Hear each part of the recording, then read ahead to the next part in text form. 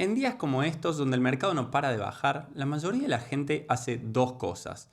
Algunos entran en modo pánico y salen a vender todo por miedo a que las cosas sigan bajando, y por el otro lado, alguna gente sale a comprar aprovechando que todo está más barato. Personalmente, yo estoy en este segundo grupo y en los últimos días he invertido bastante en empresas como Amazon, Microsoft, Mercado Libre, Shopify, Google, etc. En un video que publiqué hace un par de semanas ya expliqué por qué yo tomo esta postura y lo pueden ir a ver más adelante. Pero en este video en concreto quiero explicar un tema aún más importante.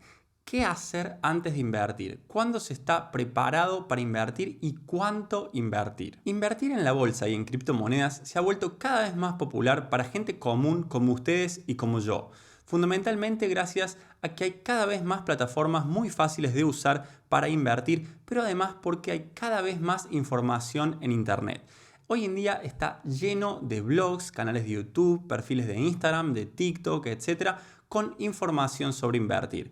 Hay muchos que son muy buenos, hay otros que son una estafa, pero eso es todo otro tema.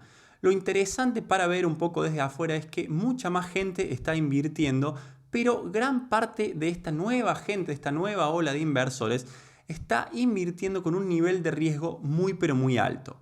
Por momentos parece que son unos genios porque invierten hasta el último centavo que tienen y de repente en un mes o en un año multiplican por 10 su inversión, pero justamente es esta misma gente la que en momentos como lo que estamos pasando ahora, donde todo se cae, donde la bolsa se derrumba, es esta gente la que normalmente termina perdiéndolo todo muy rápido. Me parece genial que más y más gente se anime a invertir, que de a poco se vayan democratizando las finanzas, pero para empezar a invertir es necesario primero tener las finanzas personales ordenadas. Si no, si uno asume muchos riesgos y no tiene sus números ordenados, corre muchísimo riesgo de quedarse sin un peso, sin un euro, sin un dólar. El primer paso es medir, analizar y recortar los gastos.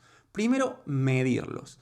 Es muy importante que ustedes tengan claridad en qué gastan en su día a día. Yo, por ejemplo, manejo todo con varias planillas de Excel, pero también hay apps donde pueden traquear de manera casi automática sus gastos y hasta algunos bancos en su home banking muestran un gráfico con el tipo al menos de gastos que ustedes han tenido en los últimos días o para cualquier rango de tiempo. Una vez que miden sus gastos, es muy importante analizarlos en detalle para poder recortar los gastos innecesarios. A nivel general, existen dos tipos de gastos: los gastos fijos y los gastos variables. Los gastos variables dependen de la cantidad que ustedes consumen y los gastos fijos no, simplemente son fijos. Un ejemplo en nuestro caso es que pagamos Hulu, uno de los competidores de Netflix, todos los meses. No importa si lo usamos o no, a nosotros nos cuesta $11 creo por mes. Por otro lado, ir al cine, por ejemplo, es un gasto variable. Si nosotros vamos, tenemos que pagar. Si nosotros decidimos no ir, como por ejemplo en este momento, por fuerza mayor porque están cerrados, nosotros no gastamos nada. La idea en general es achicar al máximo los costos fijos y también reducir los gastos variables, sobre todo los que no son necesarios. En mi caso personal, por ejemplo, hasta hace muy poco tenía muy pocos gastos fijos, prácticamente nada. Y últimamente, a medida que he hecho la transición hacia un estilo de vida un poquito más estable, mis gastos fijos han aumentado. Sobre todo, por ejemplo, por el lado de pagar un alquiler fijo con un contrato todos los meses. Pero me estoy enfocando en monitorear, analizar y recortar al máximo los gastos variables. Mucho consejo tradicional se enfoca demasiado en el aspecto de reducir los gastos. Dan consejos como, por ejemplo, no compres el café todos los días antes de ir a trabajar, te puedes ahorrar mucho dinero. Pero la realidad es que hoy en día se puede hacer muchísima más diferencia prestándole atención al lado de los ingresos. Y si bien es cierto que un café puede costar 3, 5 dólares y si lo compran 20 días al mes son 100 dólares que se pueden ahorrar, la verdad es que hoy en día, gracias a Internet, ustedes pueden ganar esos 100 dólares en un día. Es más, si son buenos y tienen experiencia, pueden ganar 100 dólares hasta en una hora. Y no hay que inventar absolutamente nada. Mi canal ya está lleno de videos de cómo generar ingresos por Internet con diferentes métodos, pero la forma más fácil para cualquier persona de generar ingresos online es simplemente hacer exactamente lo mismo que hacen ahora, hacer lo que mejor saben hacer, pero en lugar de hacerlo para una empresa de su país o para un cliente de su país, hacerlo para una empresa o clientes de Estados Unidos. ¿Por qué? Bueno, porque les van a pagar mucho más. Es muy raro que alguien les pague, por ejemplo, menos de $10 la hora. Obviamente hay que saber inglés, eso es fundamental, pero ya creo que no hace falta que les explique lo importante que es, no solamente para esto, sino para la vida en general y para poder aprender de los mejores, saber bien pero bien inglés. A la par, obviamente, no hay que lanzarse a la pileta a pretender trabajar 100% de internet o trabajar 100% online si todavía no lo están haciendo. A la par, también tienen que tomar precauciones respecto de su trabajo. Tienen que tratar de mantenerlo y, ¿por qué no?, crecer dentro de su trabajo. Y para eso yo básicamente les comparto 3 consejos bien rápido. El primero es tratar de volverse indispensable dentro de la empresa para la que están trabajando. Esto es clave porque a la hora de reducir personal, primero van a dejar ir a la gente que no es indispensable. Segundo, dentro de lo posible, es tratar de ver cómo el aporte de ustedes, lo que hacen ustedes, tiene un retorno positivo para la empresa. Y esto por ahí puede ser más fácil para la gente que trabaja en ventas, por ejemplo, porque el retorno es bastante claro, y más difícil para los que tienen tareas más administrativas. Pero es importante demostrar cómo su aporte tiene un retorno positivo para la empresa. Y por último, como no todos son números y las empresas son organizaciones sociales al fin de cuentas, hay que tratar de mantener una buena relación personal con la gente que toma decisiones. Mantienen o crecen dentro del trabajo, por ahí empiezan a generar ingresos extra por internet o viven 100% de internet, aumentan sus ingresos en general, pero cuidado. Un error que comete la gran mayoría de las personas es ir aumentando su nivel de gasto a medida que aumenta su nivel de ingreso.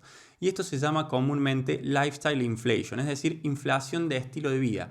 Claro, uno empieza a ganar más y quiere darse unos lujos, pero justamente esos lujos son los que hacen que, por ejemplo, en Estados Unidos, muchísima gente que gana fortunas, que gana mucho dinero, no solamente no tenga dinero ahorrado, sino que además viva endeudado. Lo ideal, lo que siempre hay que tratar de hacer, es vivir por debajo de lo que ganan. El famoso live below your means, que se dice en inglés, y tratar de maximizar su capacidad de ahorro. ¿Para guardarlo y sin hacer nada? No, obviamente que no.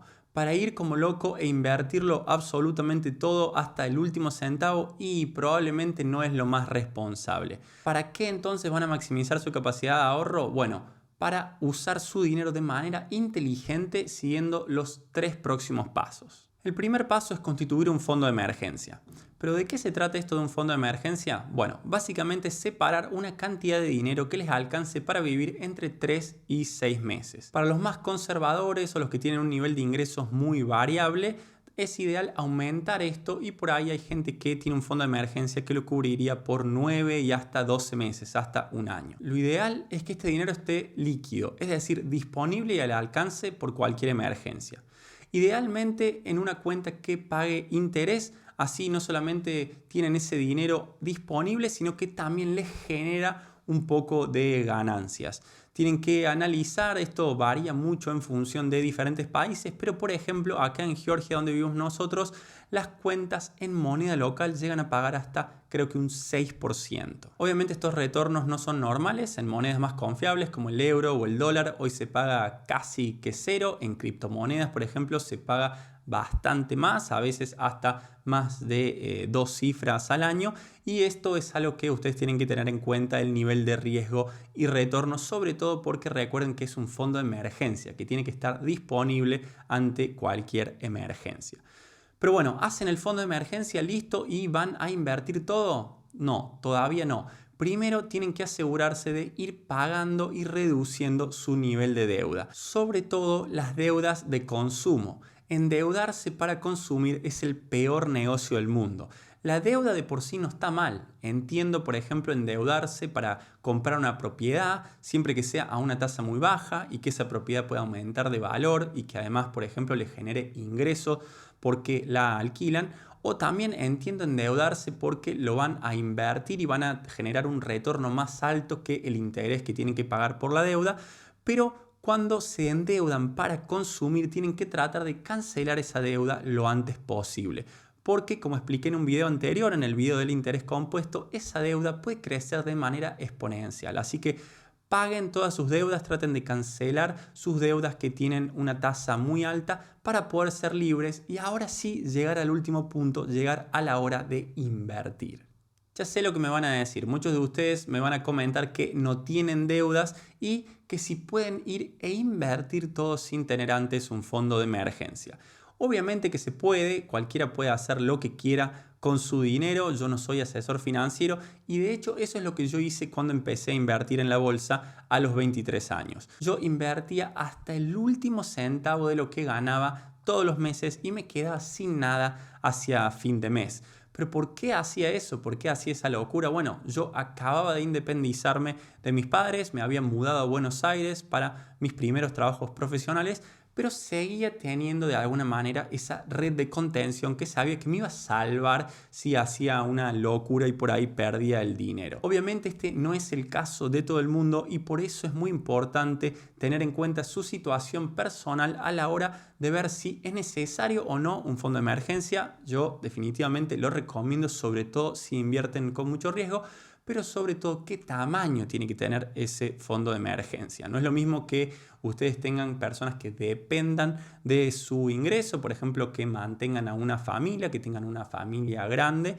No es lo mismo que simplemente tener 20 años y ser soltero. Mucho ha pasado desde ese momento en el que invertí hasta el último centavo a los 23 años y hoy en día tengo gran parte de mi patrimonio en cash, en efectivo. No solamente como fondo de emergencia, sino también para estar preparado para poder aprovechar otro tipo de oportunidades. Inviertan, sí, inviertan en la bolsa, en diferentes activos con diferentes niveles de riesgo, pero primero sean responsables respecto de sus finanzas personales. Traten de invertir a largo plazo con bajo riesgo, la verdad que no es mucha ciencia y es muy probable que les vaya bien.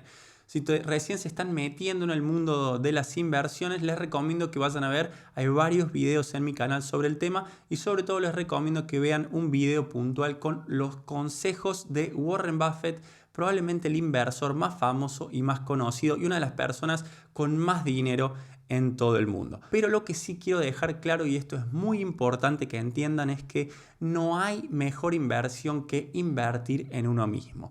Por más que suene lo más cliché y trillado del mundo, esto es real, no es algo dicho en el aire y de hecho he publicado un video del tema contando mi experiencia propia, el retorno que ha tenido para mí invertir en mí mismo y también comparto otros ejemplos de gente que está cerca mío y que invirtió en sus habilidades, invirtió en incorporar habilidades, en aprender nuevas cosas y tuvo retornos muchísimo más altos que cualquier tipo de inversión financiera o tradicional. Me encantaría que me compartan en los comentarios si son ordenados o no con sus finanzas personales, si tienen por ejemplo un fondo de emergencia o no, si invierten hasta el último centavo de lo que ganan, si es necesario que empiecen a pagar sus deudas. Me encantaría conocer un poco cómo manejan en general en el día a día sus finanzas y por qué no también en qué están invirtiendo en este momento. Si les ha gustado el video no se olviden de darle like, ayuda a que mucha más gente lo vea y si todavía no se han suscrito al canal consideren hacerlo, botón rojo y campanita, así les llegan notificaciones cada vez que subo un nuevo video. Si me quieren contactar por privado ya saben @viajandoconfran en Instagram, posteo ahí prácticamente todos los días, sobre todo en stories y es ahí donde se pueden contactar conmigo de manera privada. Si no, invitados a compartir su experiencia abajo en los comentarios. Muchísimas gracias por llegar hasta el final. Saludos de Tbilisi, Georgia y hasta la próxima.